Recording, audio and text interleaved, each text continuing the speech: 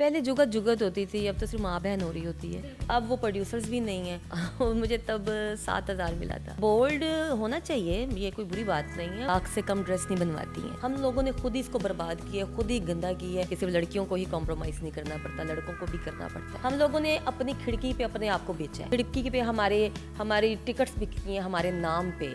लाया लाया मैं तेरे नाली ढोल नाला। कंपटीशन ऐसा हो गया, वो कहती है अच्छा इसने कपड़े उतारे मैं इससे ज्यादा उतारूंगी। जग ते दो शियां मशहूर ने, एक मौला जट ते दूजी मौले दी मंग, बाकी ते सारा छान बुरा है।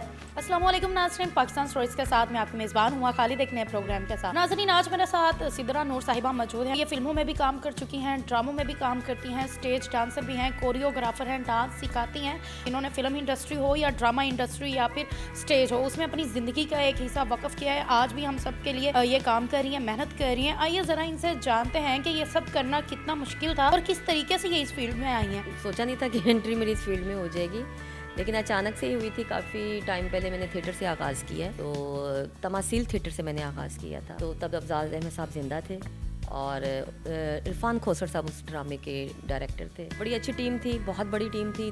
तब ड्रामे हुआ करते थे, तो तब से मेरा आगाज़ हुआ। तकरीबन 13-14 साल पुरानी ये बात है। अच्छा, हमारी फैमिलीज अलाउ नहीं करती, तो अपनी फैमिली को कन्विंस करना आपके लिए कितना मुश्किल था? बहुत मुश्किल था, लेकिन घर में लाडली भी मैं अपनी फैमिली की बहुत ही, अपनी अम्मी अब्बू की। अब्बू को मनाना ज़रा मुश्किल था, अम्मी मान गई थी, तो अब्बू से काफ़ी अर्सा नाराज़गी भी रही। लेकिन ये है कि जैसे मेरा एक नाम बना, मैंने अपना एक मुकाम बनाया अपनी मेहनत से, तो फिर कहते थे हमें तुम पे फ़ख्र है, प्राउड फील करते थे। माशाल्लाह। अच्छा, जब आपने स्टेज का आगाज़ किया, उस ज़माने में स्टेज बहुत सुलझा हुआ था, बहुत अच्छे ड्रामे होते थे। तब से अब में क्या फ़र्क? तब से अब में फ़र्क तो बहुत ज़्यादा है, क्योंकि पहले ड्रामाज हुआ करते थे, स्टोरीज हुआ करती थी। अगर म्यूज़िक या गाने या सॉन्ग्स होते थे सिचुएशनल होते थे, कॉमेडी बहुत अच्छी होती थी।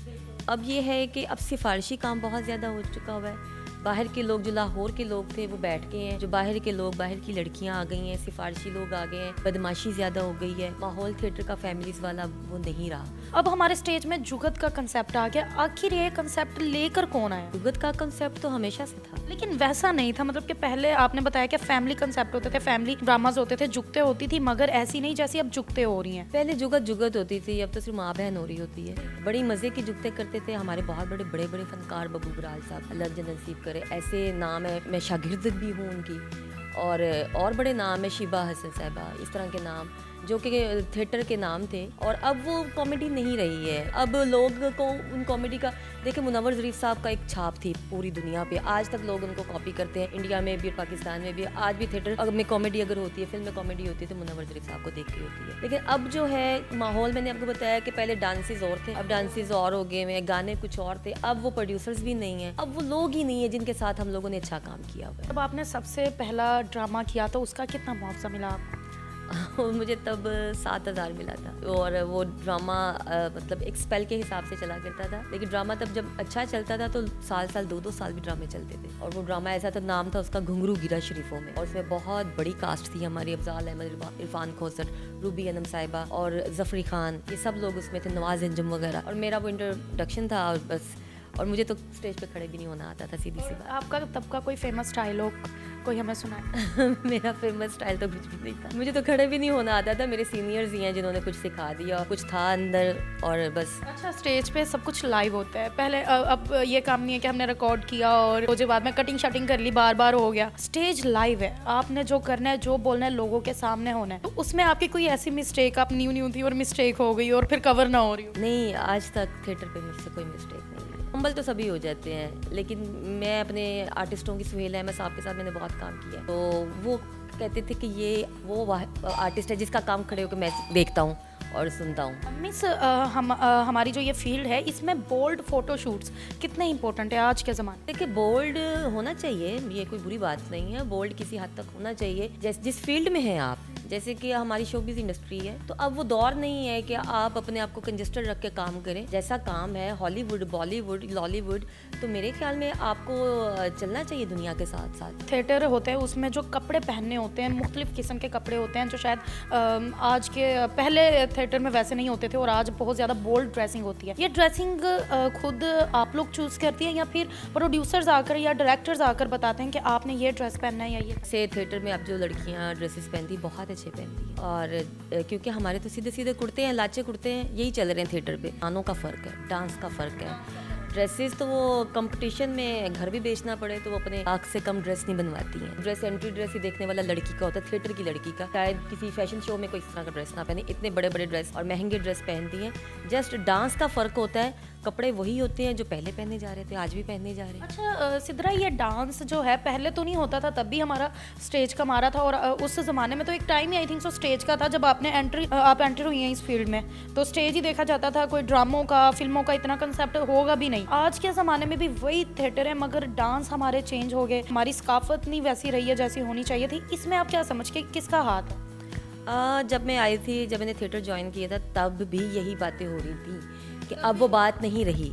अब वो पहले जैसी बात है, तब गानों का अरूज था, म्यूजिकल नाइट शो का अरूज था एक, और तब इसी तरह के गाने बन रहे थे जिस तरह के हम लोग सुन रहे हैं आजकल थिएटर में। तब भी ये कहा जाता था कि भाई अब वो काम नहीं रहा, लेकिन हमने फिर भी अच्छे लोगों के साथ, यानी कि जाते जाते जो लोग चले गए हैं, जो लोग हैं भी हैं, उनके साथ हमने अच्छा काम कर लिया और अच्छा काम सीख लिया। रही जिम्मेदार कौन है, तो जिम्मेदार हम सब हैं, कोई एक जिम्मेदार नहीं होता। कहते एक मछली ना वो पूरे जाल को गंदा कर देती है। एक बंदा कोई आया है, बस उसकी वजह से हम लोग, पता है कि हम लोग उस पर बात नहीं करते, हम लोग क्रिटिसाइज भी करते हैं और हम उसी बंदे को हाइट भी दे देते हैं। पहले उसे क्रिटिसाइज करते हैं, फिर वो अगर मर जाता है या उसका कुछ हो जाता है, फिर हम लोग कहते हैं यार बहुत अच्छा बंदा था, बड़ा नेक बंदा था। इसी तरह थिएटर है, फिल्म है, हम लोगों ने खुद ही इसको बर्बाद किया, खुद ही गंदा किया, खुद ही इसको हमने ख़त्म किया। थिएटर की बात की जाए या फिल्म इंडस्ट्री की बात की जाए, एक कंसेप्ट बना हुआ है कि यहाँ तक पहुँचने के लिए लड़कियों को बहुत सारे कंप्रोमाइज़ करने पड़ते हैं, चाहे वो प्रोड्यूसर से काम लेने के लिए हो या डायरेक्टर से हो या फिर कोई भी लोग हो। तो इस बात में कितनी हकीकत है इसमें?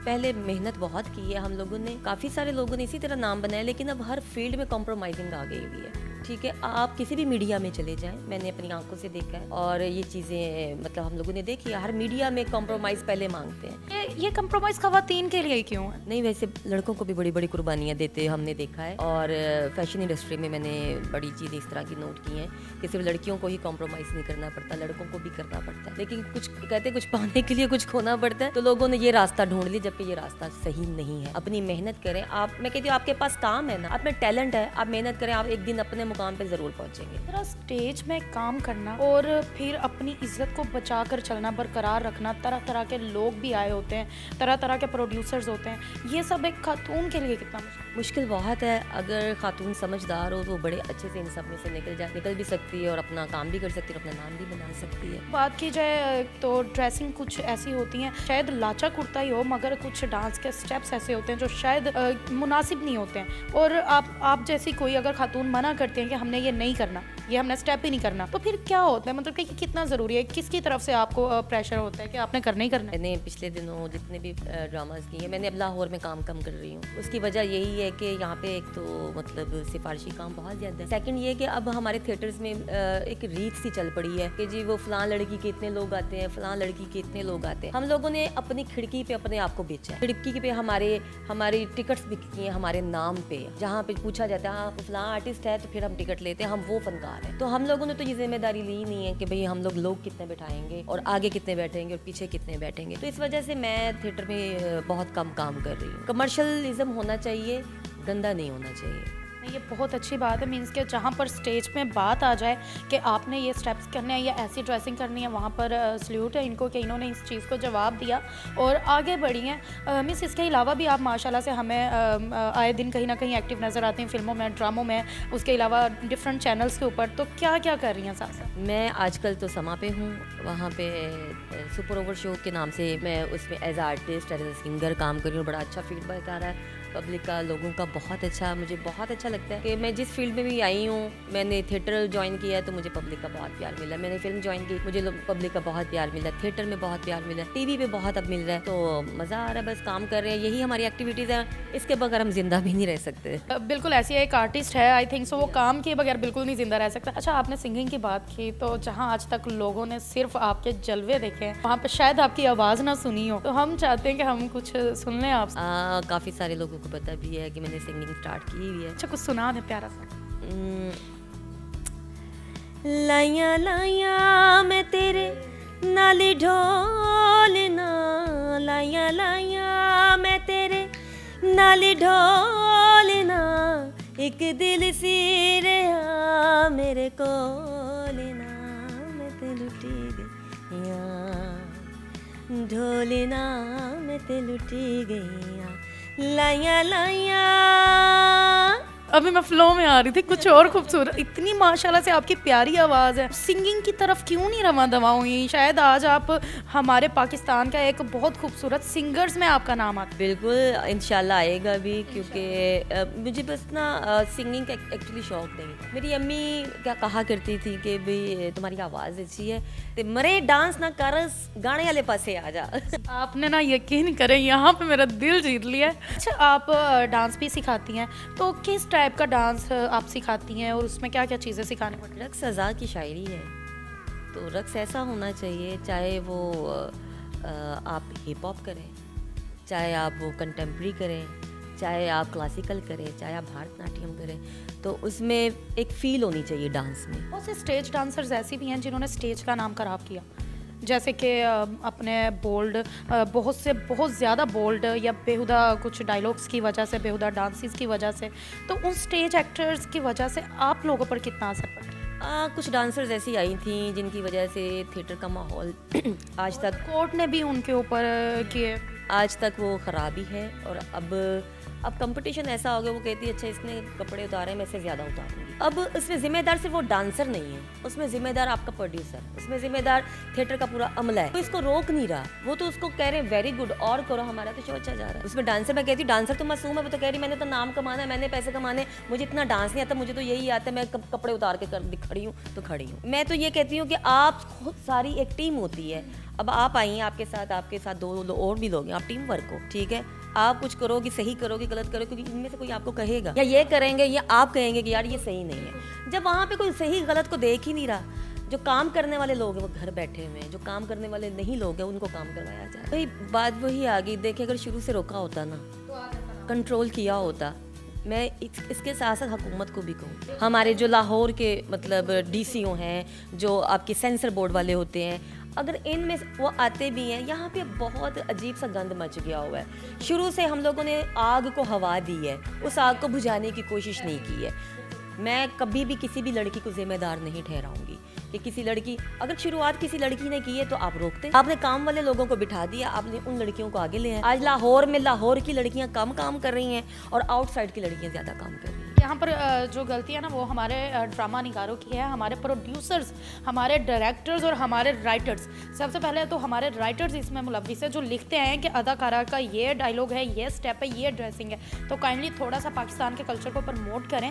हमारे कल्चर, हमारे ड्रामों में हमारा कल्चर दिखना चाहिए, हमारी ड्रेसिंग, हमारे इस्लाम और ये बहुत सारी चीज़ें हैं जो हमें प्रमोट करनी चाहिए, मगर हम नहीं कर रहे और हम बाहर की सारी चीज़ें यहाँ पर प्रमोट कर रहे हैं। आपने मिस सिदरा नूर की बातें भी जानी और इन्होंने हमें आगाह किया कि किस तरीके से पाकिस्तान में इस काम का आगाज़ हुआ और किस तरीके से ये आगाज़ जो है वो चढ़ावे पे जाता जा रहा है। खैर, मुझे तो इजाज़त मिलती है, मैं आपको अगले प्रोग्राम में जाने से पहले चैनल को लाइक करें, सब्सक्राइब करें, शेयर करें, बेल आइकन प्रेस करना मत भूलें। वस्सलाम।